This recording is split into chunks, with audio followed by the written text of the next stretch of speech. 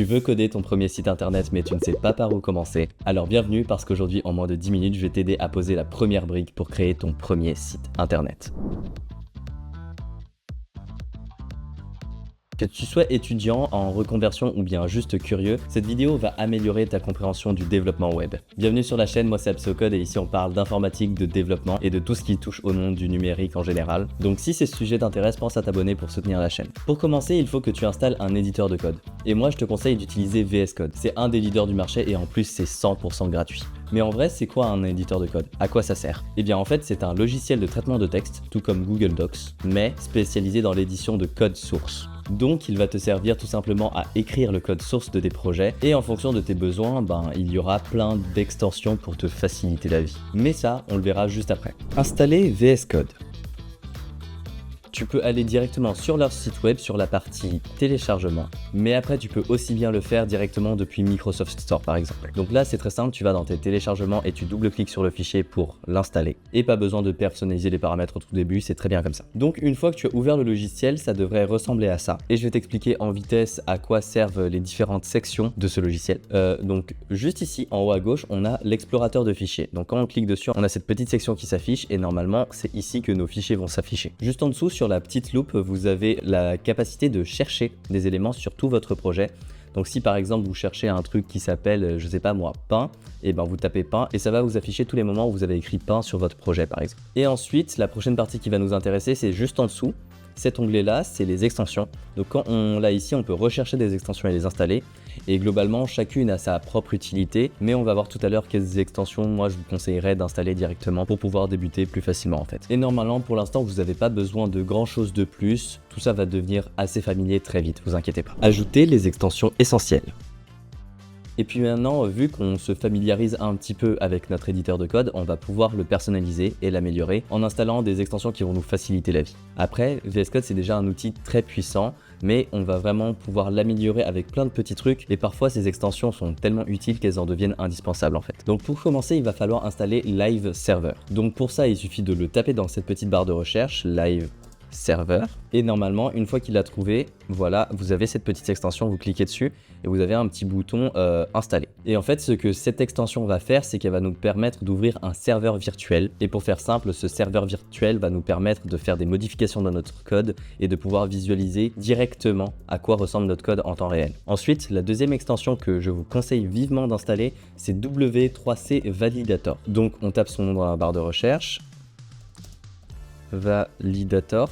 Donc c'est l'extension qui se trouve juste ici, et en fait, que tu sois débutant ou non, cette extension va être utile pour vérifier la qualité de ton code. Et ce qu'elle va faire, c'est qu'elle va te donner des conseils quand tu codes et te signaler tes erreurs pour tout ce qui concerne les bonnes pratiques de programmation. Et après, si tu veux, tu peux télécharger des extensions comme HTML, CSS, support. Et ça, c'est pratique pour avoir une meilleure autocomplétion de ce que tu écris et une bonne mise en page de ton code. Configurer ton navigateur. Ensuite, pour tester notre site, on va utiliser Firefox ou n'importe quel autre navigateur. Mais perso, je préfère Firefox parce que c'est ce que j'utilise dans la vie de tous les jours et que c'est très pratique pour les développeurs. Ils ont plein d'outils, mais les grands navigateurs les ont tous en fait. Donc normalement, pas besoin de télécharger un nouveau navigateur. Et ensuite, une fois que tu as ouvert ton navigateur, je vais te montrer les parties qui sont très importantes pour les développeurs. Le premier truc très important à connaître sur ton navigateur, c'est le raccourci FN F12 ou bien juste F12, ça va dépendre des ordinateurs. Et vous allez voir qu'il y a une petite interface qui s'est ouverte en bas de votre écran, ou bien des fois ça se met sur le côté, c'est la même chose. Et dans cette petite interface, on va retrouver plein de choses qui sont très utiles et très intéressantes. Pour commencer, ici, en bas à gauche, on a notre code HTML. Donc là, ça va être tous les éléments de notre site web qui sont écrits juste ici. Donc on peut appuyer sur les petits points pour les défiler et agrandir le contenu. Et en fait, chacune de ces lignes de code, chacun de ces blocs, il correspond à un élément que vous voyez sur la page qui est juste au-dessus. Si par exemple vous cherchez un élément et que vous n'arrivez pas à le trouver dans tout ce code, il suffit de cliquer sur la petite flèche qui est juste ici et ensuite sélectionner votre élément. Donc là par exemple, je clique sur l'onglet Gmail et je vois que ici c'est le petit onglet Gmail que j'ai bien sélectionné. Et du coup, si vous voulez, vous avez le code de cet élément qui est associé directement, écrit juste ici. À droite de cette section, juste ici, on a le code CSS. Donc ça, c'est ce qui représente le design de votre site, si je dois faire simple. Et vous voyez, ce qu'on peut faire, c'est qu'on peut le défiler comme ça petit à petit et avoir plein d'éléments et d'informations très intéressantes. Ensuite, on a d'autres petits onglets. On a juste ici la console qui peut être très pratique pour le debugging.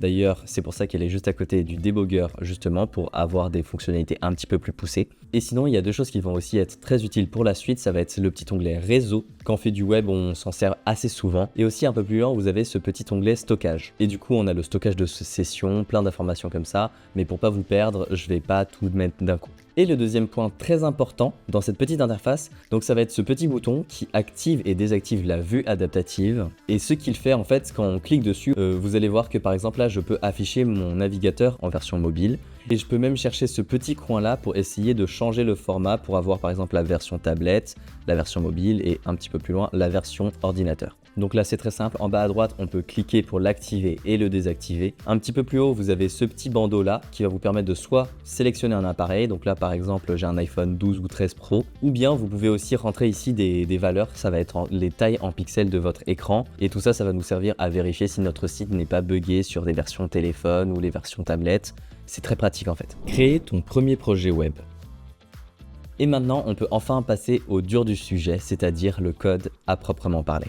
Donc maintenant qu'on a tout installé et qu'on a vu ce qui va nous être utile pour la suite de ce tuto, on va pouvoir poser la première pierre de notre futur site internet. Donc sur ton bureau, tu vas créer un dossier que tu vas appeler mon site. Et ensuite, tu retournes dans VS Code, tu cliques sur ce petit onglet là pour avoir l'explorateur de fichiers et là, tu cliques sur le bouton Open Folder pour sélectionner le dossier que tu viens de créer sur ton bureau. Et normalement, ici, dans cette section, vous allez avoir tous les fichiers de votre dossier qui vont s'afficher. Pour l'instant, c'est normal, on n'a rien parce qu'on n'a encore rien créé, mais vous inquiétez pas, on va justement créer notre premier fichier. Donc là, pour créer un fichier dans notre dossier, on va appuyer sur ce petit bouton et appeler notre premier fichier index.html. On appuie sur Entrée et ça nous ouvre automatiquement le fichier qu'on vient de créer. Maintenant, tu vas pouvoir copier-coller ce bout de code que je t'ai mis en description juste en dessous. Donc ici, on peut voir plein de choses. Pour commencer, la première ligne ici, doctype HTML, ça précise qu'on est dans un fichier d'HTML. Juste en dessous, on précise que notre langue, c'est le français. Ça va nous servir par exemple pour la traduction sur Google, la traduction automatique. C'est comme ça qu'il arrive à définir de quelle langue on est en train de parler sur notre page web. Et ici, on a quelques paramètres. Ça, c'est des conventions. Et pour l'instant, c'est pas très utile de savoir ce que ça fait, mais c'est très important de le mettre. Ça vous évitera plein de problèmes par la suite. Et ensuite, on remarque que dans notre éditeur de code, il y a certains éléments qui s'affichent en bleu, ici. Et bien ces éléments, on les appelle des balises. Et il faut savoir que la plupart des balises, elles fonctionnent par paire. Par exemple, ici, il y a écrit head. Vous voyez qu'il y a une deuxième balise head un petit peu plus bas, avec un slash au tout début pour dire que c'est la fin de cette balise. On retrouve la même chose juste en dessous, body. En dessous slash body pour dire que c'est la fin de body. Et sinon, la partie qui englobe le gros du site, c'est HTML juste au-dessus et HTML tout en bas pour dire qu'on ferme cette balise. Maintenant, on a déjà fait le plus dur et il nous reste plus que quelques étapes pour avoir quelque chose qui commence à ressembler à un site internet. Pour commencer, on va utiliser Live Server, l'extension que je vous ai demandé d'installer tout à l'heure. En cliquant juste ici sur le bouton en bas à droite, on appuie et normalement ça vous affiche votre navigateur et vous avez en fait votre site qui s'affiche. Pour l'instant, il n'y a pas grand chose, c'est normal parce qu'on n'a rien affiché encore. Donc on va retourner sur VS Code et on va essayer de lui donner un titre à notre site. Donc on va juste en dessous, on va à la ligne 6 et on va taper title. On appuie sur entrée, ça va nous ouvrir et nous fermer la balise title. Et à l'intérieur, on va écrire mon premier site web. Donc là, vous pouvez retourner sur votre navigateur et vous voyez bien que juste ici, il y a écrit mon premier site web, donc ça a bien marché et vous voyez que ça s'actualise en temps réel. Ensuite, on aimerait bien du contenu sur notre page. Donc on va aller entre les deux balises body, on va à la ligne 9 et à ce moment-là, on va utiliser la balise H1 qui représente un grand titre et dedans, on va écrire bienvenue sur mon site web. Donc on va à la ligne H1, hop là, H1 et on écrit bienvenue sur mon site. Et là, on peut retourner sur notre navigateur et constater qu'il y a un texte qui s'est affiché. On a notre premier titre qui s'affiche déjà. Si ensuite, par exemple, j'ai envie d'utiliser un sous-titre, un deuxième titre qui dit voici un deuxième sous-titre, on va utiliser la balise H2 qui correspond au titre juste un petit peu plus petit. Et dedans, j'écris sous-titre. Et si on retourne sur notre site web, on voit bien qu'un deuxième sous-titre s'est affiché juste en dessous du premier. Et donc là, on va pouvoir jouer avec plein de balises. Par exemple, si on veut un texte, un paragraphe, on va utiliser la balise P et à l'intérieur de cette balise, on va pouvoir écrire par exemple « Ceci est un paragraphe ». Et si on veut aller plus loin, on va à la ligne et on va écrire « Strong » pour la balise qui représente des mots en gras et dedans, je vais écrire « mots en gras ». Et une fois qu'on retourne sur notre site, on voit bien qu'on a écrit « Ceci est un paragraphe », point, mot en gras juste à côté. Là, je vous rappelle, on n'est pas allé à la ligne parce qu'on est toujours à l'intérieur de la balise P qu'on a créée tout à l'heure. Et il faut bien se dire qu'à chaque fois que tu es à l'intérieur d'une balise, c'est comme si tu étais dans un bloc. Par exemple, dans le bloc paragraphe, si on écrit un texte, ça affiche le texte. Si on met une autre balise, cette autre balise sera contenue dans le paragraphe. Donc là, on peut continuer un petit peu, aller à la ligne, taper EM pour avoir une balise qui va mettre notre texte en italique. Et là-dedans, je peux écrire ce texte est en italique. Plus tard, je vais peut-être avoir besoin de rajouter une image. Du coup, ce que je vais faire, c'est que je vais sortir de ma balise P, aller à la ligne et taper IMG pour la balise image. Et du coup, dedans, on voit qu'il y a marqué image SRC. Et dans ce petit élément SRC, entre les deux crochets, vous allez pouvoir copier-coller le lien d'une image. Donc là, je vais aller sur Google, chercher une image de chien, par exemple. Donc là, je clique dessus, je fais copier le lien de l'image, je retourne sur VS Code et je vais le coller juste ici entre les deux crochets. Et si je retourne sur mon site web, vous allez voir que encore une fois l'image c'est bel et bien affiché et on a notre petit chien qui s'affiche. Et ensuite on peut continuer comme ça assez longtemps et dès qu'on en a besoin ou qu'on en a envie, on peut utiliser la deuxième extension dont je vous ai parlé, c'est-à-dire W3C validation. Et en gros il se situe juste en bas à gauche de notre site, on clique dessus et il va analyser notre code. Là, il nous dit qu'il a trouvé une erreur et là, on voit que la ligne 18 est soulignée en rouge. Et quand on passe la souris par-dessus, on voit qu'il y a un petit message d'erreur qui nous dit « Une image a besoin d'avoir un attribut alt ».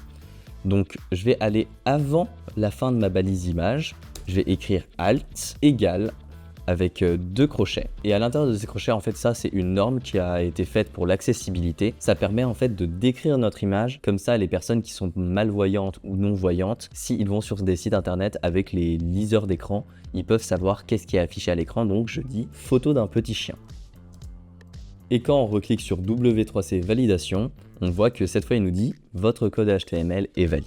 Donc ça, c'est super, ça veut dire qu'on a bien fait notre travail jusque-là. Bon, je ne vais pas vous citer toutes les balises HTML dès maintenant, ça serait beaucoup trop long. Mais j'espère que tu commences un petit peu à comprendre comment fonctionne le développement web. Et c'est en utilisant plein de balises comme ça qu'on va pouvoir créer un site plus ambitieux par la suite. Et donc voilà, félicitations, tu as réussi à coder ton tout premier site web et ça en quelques minutes seulement. Mais après, pour l'instant, il est quand même assez moche ce site et il manque un petit peu de design, tu trouves pas? Eh bien, ça tombe bien parce que c'est justement ce que je vais vous expliquer dans cette prochaine vidéo qui va vous expliquer les bases du CSS. En attendant, essaie de modifier un petit peu le texte, ajouter un paragraphe dans le code et n'hésite pas à me poser des questions en commentaire si tu es bloqué, ça me ferait très plaisir de pouvoir t'aider. C'était Abso et à bientôt.